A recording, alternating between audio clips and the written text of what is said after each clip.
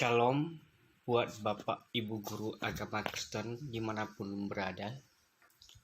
Pada kesempatan kali ini saya mengucapkan terima kasih sudah mampir dan sudah masuk dalam channel YouTube Mintarif Channel yang selalu memberikan informasi mengenai P3K. Pada video saya kali ini Bapak Ibu, saya khususkan untuk Bapak Ibu Guru Agama Kristen yang dimana sebentar lagi akan menghadapi P3K tahun 2022 dan 2023.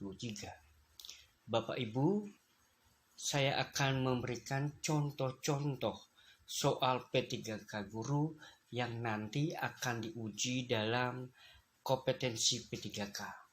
Nah, Bapak Ibu, dalam beberapa soal yang ada dalam video ini, tidak serta-merta itu nanti yang akan keluar dalam uji kompetensi P3K.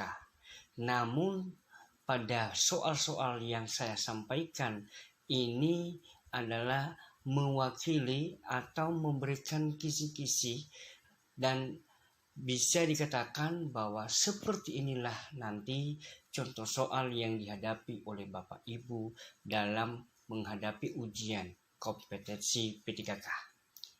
Oke Bapak Ibu, sebelum kita masuk dalam pembahasan soal-soal, contoh soal, maka Bapak Ibu jangan lupa untuk silakan subscribe channel ini dan aktifkan lonceng notifikasi, dan jangan lupa untuk di like dan di share juga.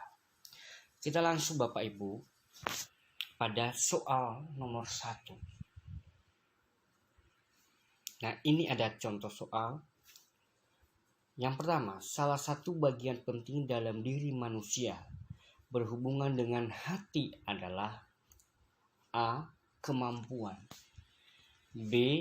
Perasaan, C.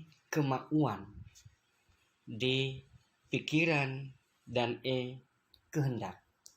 Nah, dari 5 pilihan jawaban ini ada satu jawaban yang tepat Bapak Ibu, yaitu perasaan.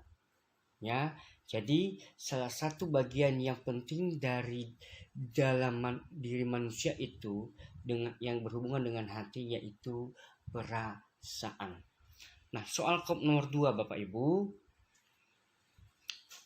menyebutkan suatu rasa yang mulai dari sikap atau antisipasi terhadap hal-hal yang belum nyata disebut bagian A, kegelisahan, bagian B, kesenangan, bagian C, penderitaan, bagian D, kecemasan, bagian E, ketakutan.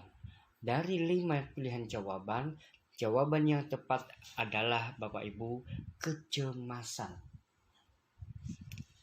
Kita masuk dalam soal nomor 3. Perbedaan yang paling mendasar antara manusia dengan ciptaan Allah yang lain. Mungkin dari soal ini Bapak Ibu sudah tahu jawaban, namun Bapak Ibu harus lebih teliti dalam melihat dan membaca setiap pilihan-pilihan jawaban yang ada. Bagian A yaitu kelengkapan tubuh, bagian B akal budi, bagian C jenis kelamin, bagian D organ tubuh, bagian E instingnya. Nah, jawaban yang benar adalah akal budi. Kita masuk pada soal nomor 4. Kedewasaan Kristen adalah cara hidup yang menghargai dan menghayati karya keselamatan Kristus yang ada dalam hidupnya. Nah, di bawah ini yang tidak termasuk kedewasaan Kristen adalah yang pertama, bagian A, memahami ajaran Kristen, bagian B, menjalankan ajaran Kristen, bagian C, merasa tergantung pada Allah, bagian D, mampu mengendalikan diri sendiri, bagian E, merenungkan dan mendalami firman Tuhan. Nah, Bapak Ibu, pada soal ini inti dari soalnya yaitu dari 5 pilihan jawaban ini yang tidak termasuk kedewasaan Kristen. Nah, Bapak Ibu, kalau melihat pilihan jawaban ini sebenarnya bisa dikatakan tidak ada yang salah. Namun Bapak Ibu perhatikan pada pilihan C, yaitu merasa tergantung pada Allah. A itu huruf kecil. Beda dengan Allah yang bagian E, yaitu Allah huruf A besar. Berarti merasa tergantung pada Allah atau Allah lain, bukan Allah yang kita sembah. Jadi jawaban yang benar adalah bagian C. Nah, kita masuk pada soal nomor 5, Bapak Ibu. Oke. Kebenaran Allah berlaku secara kekal. Nah, di bawah ini ada satu jawaban yang tidak termasuk kebenaran Allah secara kekal, yaitu bagian A, kebenaran Allah hidup dinamis. Bagian B, kebenaran Allah tidak terikat waktu. Bagian C, kebenaran Allah tidak pernah berhenti berkarya. Bagian D, kebenaran yang terus-menerus. Bagian E, kebenaran sesuai kehendak Allah. Nah, jawaban yang tepat adalah bagian A, kebenaran Allah hidup dinamis. Kita masuk pada soal nomor 6. Akulah jalan dan kebenaran dan hidup. Nah, Bapak Ibu, ayat firman Tuhan pada soal nomor 6, Bapak Ibu sudah tahu.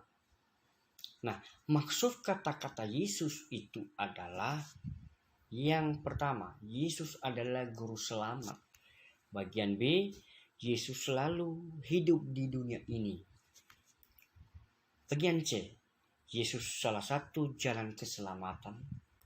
Bagian D, Yesus menunjukkan jalan keselamatan. Bagian E, Yesus adalah satu-satunya jalan keselamatan. Nah, jawaban yang lebih benar yaitu bagian E. Kita masuk pada soal nomor 7, Bapak Ibu.